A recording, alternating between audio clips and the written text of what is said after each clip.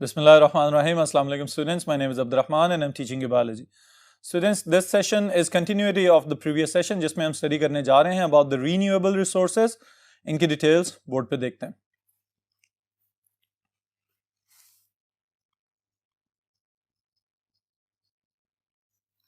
जी students, renewable इस तरह के resources जिनको हम बार बार इस्तेमाल कर सकते हैं.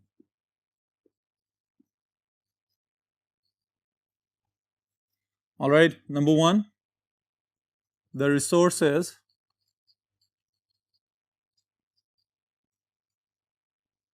that you can use again and again. All right, they can be replenished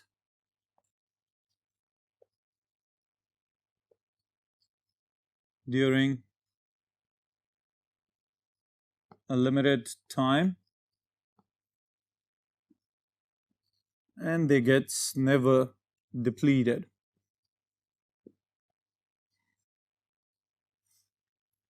ji students, ये जो पॉइंट्स हमने यहाँ पे मेंशन किए हैं इनको समझ लें ज़रा गौर के साथ कि ये वो रिसोर्सेज हैं, कुदरती रिसोर्सेज हैं कि जिनको हम बार बार इस्तेमाल कर सकते हैं. यानी कि अगर हम हवा की बात करें या पानी की बात करें या ज़मीन की बात करें तो ये वो रिसोर्सेज हैं जो कई हज़ार साल से इंसान इस्तेमाल करता चला आ रहा है और आइंदा इंशाल्लाह कई हज़ार साल तक इस्तेमाल करता चला जाएगा. अब ये वाले जो रिसोर्सेज हैं ये वक्तन फवक्तन रिफ्रेश होते रहते हैं. बिल्कुल इसी तरह के जैसे अगर आप मॉनसून हवाओं के कंसेप्ट से वाकिफ हैं, अगर आप वाटर साइकिल के कंसेप्ट से वाकिफ हैं, अगर आप रीन्यूअल ऑफ सॉइल्स के कंसेप्ट से वाकिफ हैं तो आपको इस चीज का अंदाजा होगा कि हमने खुद से भी कुछ इस तरह के तरीके अपना लिए हैं कि हम इन रिसोर्सेज को रिफ्रेश करते रहें और साथ ही साथ नेचुरल साइकिल्स मौजूद हैं जिसकी मदद से ये रिसोर्सेज रिफ्रेश या रीन्यू होते रहते हैं. There are natural cycles that replenish and replace these resources.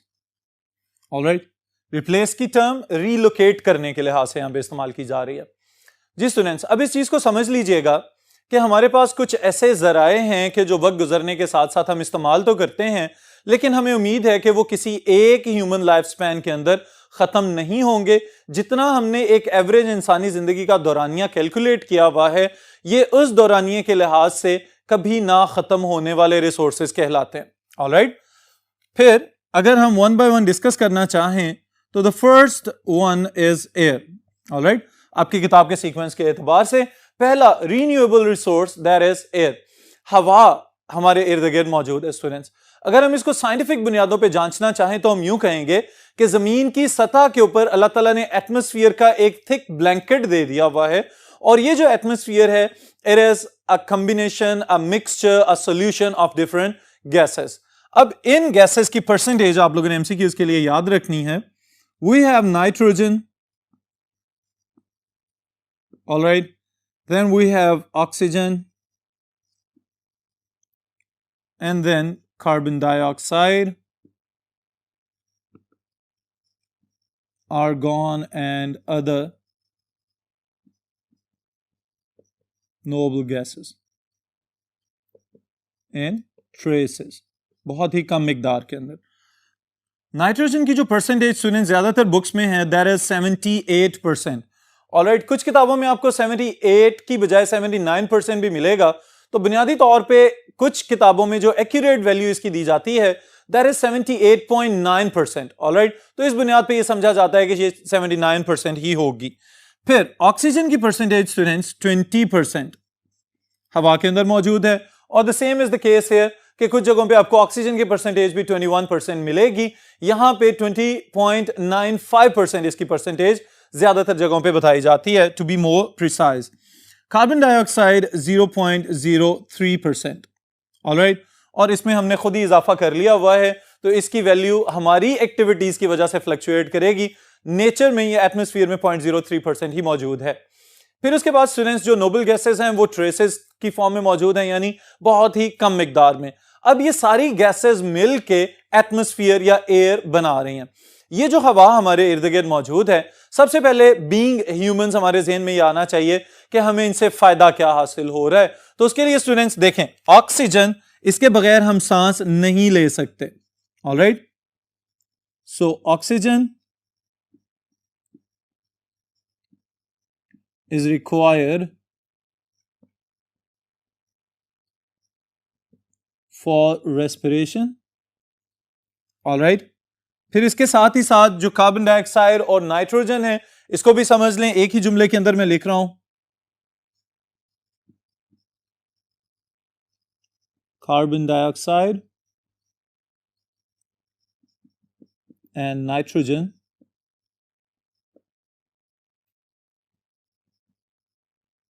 for making food.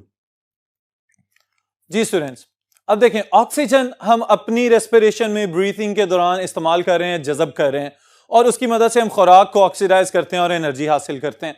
तो इसका मतलब ये हुआ कि रेस्पिरेशन ऑक्सीजन के बगैर नहीं चल सकती। फिर अगर एटमॉस्फेयर में देखें, फिजिकल प्रोसेसेस में, तो कंबस्शन के लिए हमें ऑक्सीजन की जरूरत है। At the same time carbon dioxide photosynthesis में जाके रिड्यूस की जाती है और इससे ग्लूकोज बना लिया जाता है। फिर नाइट्रोजन को अमीनो एसिड्स वगैरह या प्रोटीन सिंथेसिस में इस्तेमाल कर लिया जाता है। नाइट्रेट्स नाइट्राइट्स की फॉर्म में कन्वर्ट किया जाता है ताकि प्रोड्यूसर्स इसको फर्दर एसिमिलेट कर सकें किसी ना किसी शक्ल में। तो ये तमाम की तमाम गैसेस जो हैं, they are very important not only for the metabolic reactions but as well as for the synthesis और द मैन्युफैक्चरिंग और the assimilation of living organisms. लेकिन इंसानों ने क्या किया है, इस हवा की जो ओवरऑल परसेंटेज है उसको डिस्टर्ब करना शुरू कर दिया। हम यहां पे स्टूडेंट्स लिखेंगे causes of air pollution। जब हमने हवा को खराब करना शुरू किया तो हम इस चीज को एयर पोल्यूशन कहना शुरू हो गए। अब एयर पोल्यूशन का एक कॉमन सा आपको एक जुमला मैं बताता हूं यहां पे याद रखने के लिए, कि जो नेचुरल परसेंटेज इन गैसेस की मौजूद है, अगर इसमें कोई भी नई गैस अपने नॉर्मल प्रोपोर्शन से एक्सीड करना शुरू हो जाती है तो it can be considered as a pollutant. Alright, तो अगर हम ये देखें कि कॉज क्या है एयर पोल्यूशन का, तो दो मेजर कॉजेस स्टूडेंट्स आप लोगों ने याद रखने हैं। द फर्स्ट वन, इंडस्ट्रियलाइजेशन, इंसान की तरक्की का राज माहौल की खराबी की वजह भी बना हुआ है, this is industrialisation. And second one is automobiles, जो हमारे इर्द गिर्द हम गाड़ियां वगैरह इस्तेमाल कर रहे हैं, उसमें भी फॉसिल फ्यूल्स वगैरह की बर्निंग या कंबशन की वजह से कुछ बहुत ज्यादा नुकसानदेह किस्म की गैसेस पैदा हो रही हैं। कौन कौन सी गैसेस हमारे इर्द गिर्द माहौल में जब अपनी नॉर्मल परसेंटेज से एक्सीड कर जाएं तो वो बहुत ज्यादा नुकसानदेह हो सकती हैं। पहले हम आपकी किताब वाली गैसेस का जिक्र करेंगे स्टूडेंट्स। यहां पे the pollutant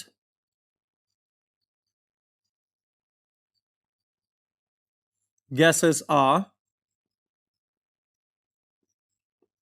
nitrogen oxides, carbon monoxide, all right, then we can add sulfur oxides, then hydrocarbons, all right, और फिर इसके साथ हम शामिल कर सकते हैं CFCs, क्लोरोफ्लोरोकार्बन्स। अब स्टूडेंट्स, ये तमाम गैसेस वो हैं कि जिनकी मिकदार अगर एनवायरनमेंट में बढ़ रही है तो उसकी वजह से हमारे अंदर बहुत सारे रेस्पिरेटरी प्रॉब्लम्स जन्म ले सकते हैं, और ना सिर्फ हम बल्कि प्लांट्स और बाकी ऑर्गेनिजम्स जो एनिमल्स या बर्ड्स वगैरह मौजूद हैं एनवायरनमेंट में, उनको भी बहुत ज्यादा नुकसानात हो सकते हैं। तो इस वजह से इनको हम कहते हैं these are the pollutant gases. अब इन पोल्यूटेंट गैसेस के और भी कॉन्सिक्वेंसेस हो सकते हैं अगर हमने इनको कंट्रोल करना शुरू नहीं किया, तो बहुत ही खतरनाक किस्म के मसाइल जिनका आगाज तो दुनिया पे हो चुका हुआ है, लेकिन अगर खुदा न खास्ता इनके मैग्नीट्यूड में इजाफा होता है तो शायद फिर सर्वाइवल मुमकिन ना रहे। और उसके लिए स्टूडेंट्स आपके फेमिलियर वर्ड्स हैं, कॉन्सिक्वेंसेस यानी कि नताइज क्या क्या हो सकते हैं। The first one is the greenhouse effect.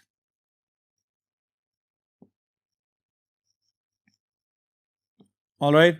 And the second one is acid rain.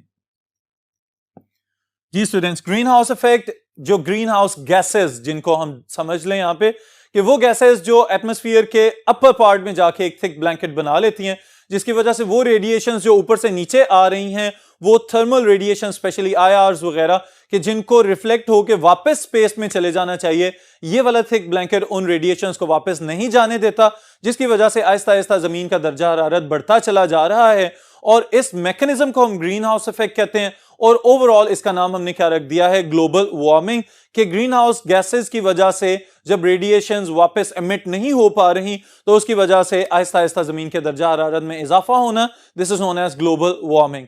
और दूसरी तरफ अगर हम देखें तो नाइट्रस ऑक्साइड्स या सल्फर ऑक्साइड्स वगैरह जो हवा के अंदर मौजूद हैं, जब प्रेसिपिटेशन या बारिश वगैरह होती है तो उसके साथ ये डिसॉल्व होके एसिड्स की फॉर्म में तेजाब बना के जमीन के ऊपर वापस आ जाते हैं, जिसकी वजह से खड़ी हुई फसलें और उसके साथ ही साथ इंसान और जानवरों की स्किन के अंदर बहुत सारे इंफेक्शंस ऑब्जर्व किए जा चुके हुए हैं।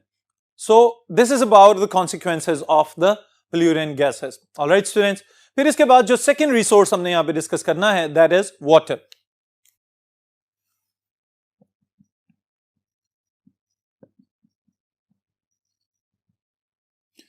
जी students, water another very very important natural resource, कि इसके बगैर लाइफ की एग्जिस्टेंस पॉसिबल ही नहीं है। अगर हम इर्द गिर्द देखें स्टूडेंट्स, तो बाकी जो दो रिसोर्सेज यानी हवा और मिट्टी हैं, उनका भी major constituent itself it is water. हवा के अंदर वाटर वेपर्स की परसेंटेज मौजूद होती है हमेशा, इसी तरह सॉइल के अंदर जो है सॉइल वाटर मौजूद होता है। अगर हम अपनी बात करें ह्यूमन बॉडीज की, तो ह्यूमन बॉडीज में 70 to 80% जो है वो पानी ही पानी है। और सेल्यूलर लेवल पे देखें या ऑर्गेनिज्मिक लेवल पे देखें तो पानी के बगैर कोई भी टिश्यू जो है वो सरवाइव नहीं कर पाएगा। तो इसका मतलब यह हुआ कि पानी ही असल में जिंदगी है। अगर पानी खुदा न खास्ता नहीं होगा तो फिर लाइफ की एग्जिस्टेंस भी बहुत ज्यादा खतरे में पड़ सकती है। अब अगर इसकी परसेंटेज के लिहाज से देखें तो इस पूरे प्लेनेट अर्थ के ऊपर 70% of the surface is covered by water. 70% of earth. Alright students, और इस 70% के अगर फर्दर हम डिवाइड करना चाहें तो हम यूं कहेंगे 97% water is present in oceans, 2% as frozen glaciers,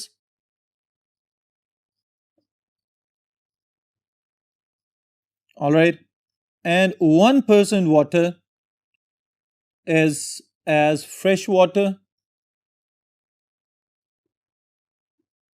lakes,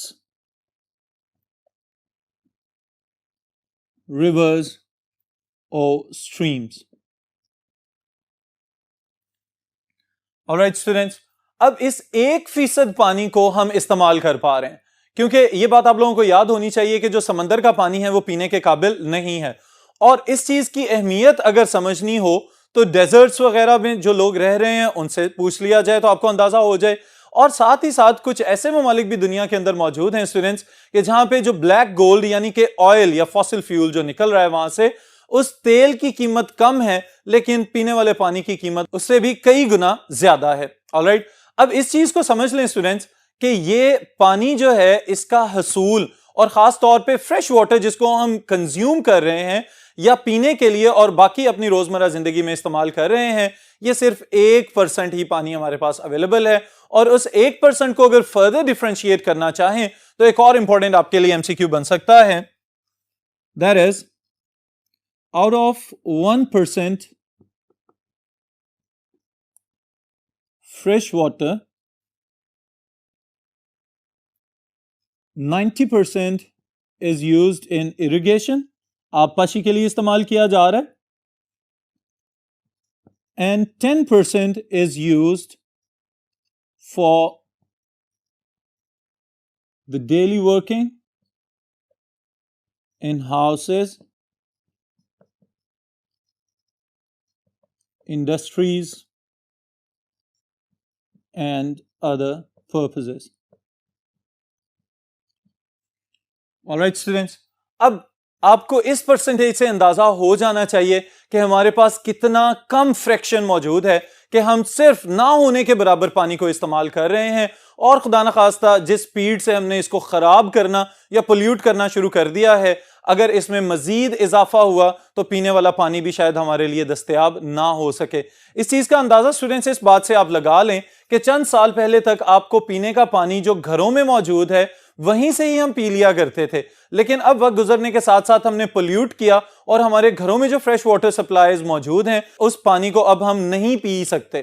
तो इसका मतलब क्या हुआ कि अब पानी हमें खरीद के पीना पड़ रहा है। तो खरीद के जब पानी पीना पड़े तो इस चीज से आपको यह बात वाज़ेह हो जानी चाहिए कि आहिस्ता आहिस्ता पीने का पानी कम होता चला जा रहा है और इसकी कदर हमें अब कर लेनी चाहिए। बहुत सारी जगहों पे ये देखा जाता है कि आप लोग सुबह के वक्त जब मुंह हाथ धो रहे होते हैं तो उस वक्त पानी जाया हो रहा होता है। इसी तरह घरों में जब बर्तन वगैरह धोए जा रहे होते हैं उस वक्त पानी बहुत ज्यादा जाया होता है। और तो और बड़ी बड़ी इंडस्ट्रीज जो हैं वहां पे भी पानी का बेतहाशा बेकदरी के साथ इस्तेमाल किया जा रहा होता है। तो ये चीज हमारी आने वाली नस्लों के लिए बहुत ज्यादा स्वीयर किस्म के मसाइल साथ लेके आ सकती है। इसलिए इस पानी की अहमियत को खुद भी समझिए और उसके साथ ही साथ जितनी वाटर कंजर्वेशन वगैरह वाली कैंपेन्स हैं उनका हिस्सा जरूर बने। Then what are the causes of water pollution? सबसे पहली चीज स्टूडेंट्स मैं यहां पे ऐड कर रहा हूं additives, surfactants,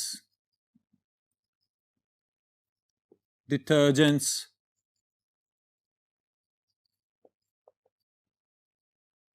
coming from houses, alright, sewerage में शामिल हो जाते हैं और फिर उसके साथ पानी को खराब कर रहे हैं।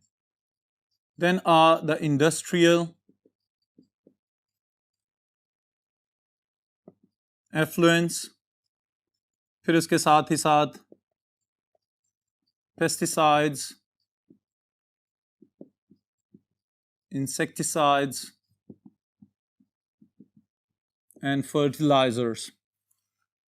ऑलराइट, अब स्टूडेंट्स ये जो सारे फैक्टर्स हमने यहां पे मेंशन किए हैं आपको इस चीज से अंदाजा हो जाना चाहिए कि हमारे पास जो घरों से निकलता हुआ पानी है उसको भी हम इस तरह से खराब कर देते हैं कि शायद वो किसी दूसरे जानदार के लिए इस्तेमाल के काबिल ना रहे। ऑलराइट, क्योंकि उसमें डिटर्जेंट्स या इस तरह के सर्फेक्टेंट्स या केमिकल्स शामिल हैं जो यूट्रोफिकेशन का बायस बनते हैं और उसकी वजह से कोई एक लाइफ फॉर्म तो बहुत ज्यादा बेनिफिट ले सकती है जैसे कि साइनोबैक्टीरिया या एल्गा वगैरह, लेकिन उसकी वजह से और बहुत सारी लाइफ फॉर्म्स का नुकसान हो जाता है।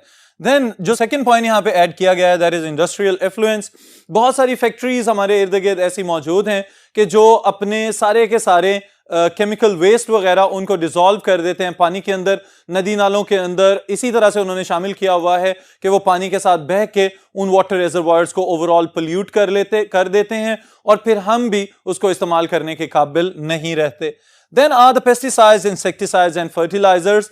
आबपाशी में या ज़राअत में इन केमिकल्स का बहुत ज्यादा अहम किरदार है कि फर्टिलाइजर्स जो हैं वो कुदरती खाद का मुतबादल बना लिए गए और पेस्टिसाइड्स इंसेक्टिसाइड्स जो हैं वो हार्मफुल हशरात को या पेस्ट वगैरह को खत्म करने के लिए इस्तेमाल किए जा सकते हैं, लेकिन एट द सेम टाइम जो वाटर टेबल है उस जगह का उसके अंदर डिसॉल्व होकर ये उस पानी को कंज्यूमेबल नहीं रहने देते, तो हम इस पानी को फिर बाद में इस्तेमाल नहीं कर सकेंगे।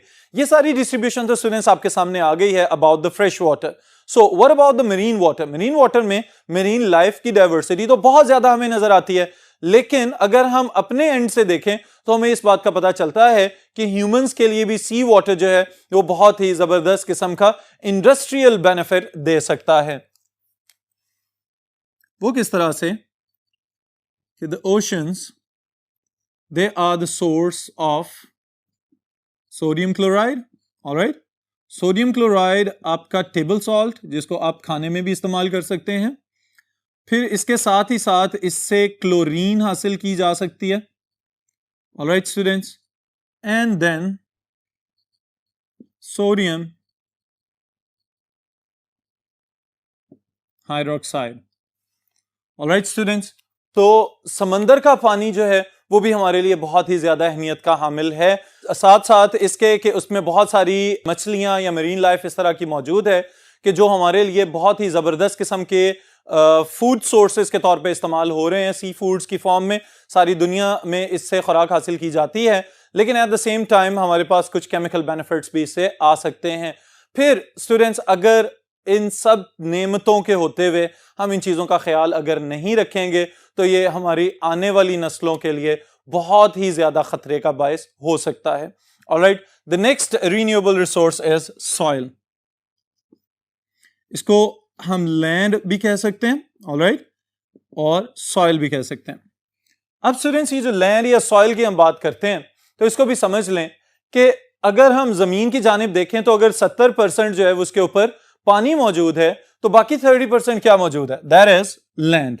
Alright, so 30% of the earth is land. इस 30% में से भी 11% is under cultivation.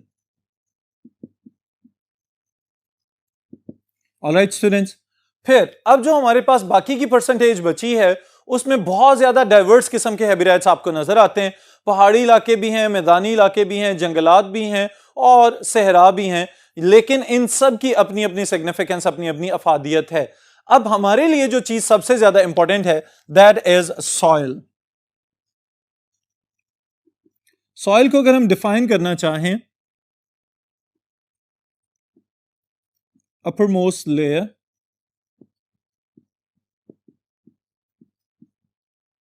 of Earth's crust. All right, students, this is ocean. अब ये जो uppermost layer की हम बात कर रहे हैं, किसी भी जगह पे जो खुश्की हमें नजर आती है उसको तो हमने कह दिया लैंड। उस लैंड की भी जो सबसे ऊपर वाली लेयर है उसको कहते हैं क्रस्ट, और इस क्रस्ट वाली जो सबसे ऊपर एक बारीक सी लेयर बन रही है, this is known as soil. Alright, अब ये जो सॉइल है स्टूडेंट्स, ये बहुत ज्यादा डिफरेंट इकसाम के टेक्सचर्स पे मुश्तमिल हो सकती है।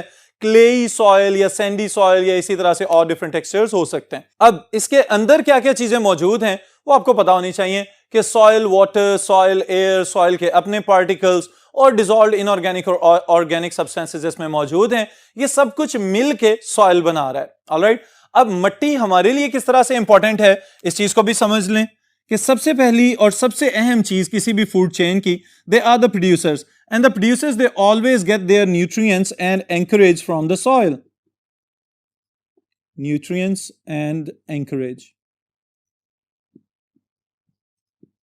ऑलराइट, जितने भी प्लांट्स हैं वो सारे के सारे न्यूट्रिएंट्स को या पानी को कहां से जज़ब कर रहे हैं? From the soil. और पौधे जमीन के अंदर ही गड़े हुए हैं जिसकी वजह से वो पानी और न्यूट्रिएंट्स को जमीन से जज़ब कर रहे हैं, कार्बन डाइऑक्साइड को हवा से ले रहे हैं और फिर फोटोसिंथेसिस के जरिए आपको खुराक तैयार करके देते चले जा रहे हैं। तो ये अगर सॉइल को खराब करेंगे तो इसका मतलब है कि हम ओवरऑल अपनी ही फूड चेन्स को डिस्टर्ब कर लेंगे। Water and other dissolved substances. Alright students, अब हमें क्या चाहिए कि हम इस सॉइल को भी खराब होने से बचा लें, क्योंकि हमारी अपनी ही एक्टिविटीज की वजह से स्टूडेंट्स सॉइल का अपना टेक्सचर या क्वालिटी ये भी खराब हो जाती है, और उसके साथ ही साथ अगर हम फर्दर अपनी एक्टिविटीज को कंट्रोल नहीं करते तो we can turn the fertile soils into the barren soils. अब ये चीज बहुत ज्यादा अहम है कि कौन कौन से फैक्टर्स इस तरह के हैं कि जो बेसिकली ह्यूमन इंटरवेंशन है और उसकी वजह से हम सॉइल को खराब करते चले जा रहे हैं। तो उसमें स्टूडेंट्स देखें, सबसे पहली चीज हमारे पास ये है कि अगर किसी एक खेत में एक ही तरह की फसलें बार बार उगाई जा रही हैं तो वो मखसूस किस्म के न्यूट्रिएंट्स में डेफिशिएंट होना शुरू हो जाती है वो वाली सॉइल। इस वजह से ये रिकमेंड किया जाता है कि क्रॉप रोटेशन की जाए, एक ही जगह पे मुख्तलिफ इकसाम की फसलें उगाई जाएं और उसके साथ ही साथ फिर प्रॉपरली जितने भी न्यूट्रिएंट्स हैं उनको रिप्लेनिश किया जाए फर्टिलाइजर्स वगैरह के इस्तेमाल से। और उसमें भी अब करंटली इस चीज को रेकमेंड किया जाता है कि कंपोस्ट या ऑर्गेनिक मैन्योर वगैरह इस्तेमाल किया जाए, बजाय इसके कि इस तरह के केमिकल्स के जो बाज़ औक़ात सॉइल का हिस्सा बन जाते हैं और फिर उसको पोल्यूट करना शुरू कर देते हैं।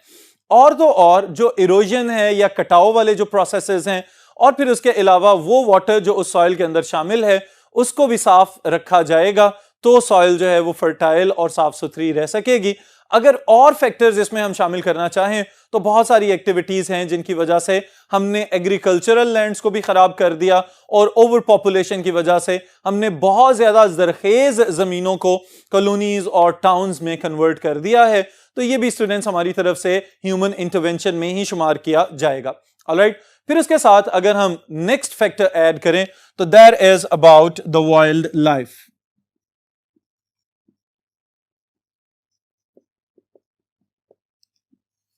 जी students, wild life is another renewable resource. Alright, लेकिन यहां पे मैं एक जुमला जरूर लिखूंगा and that is all the animals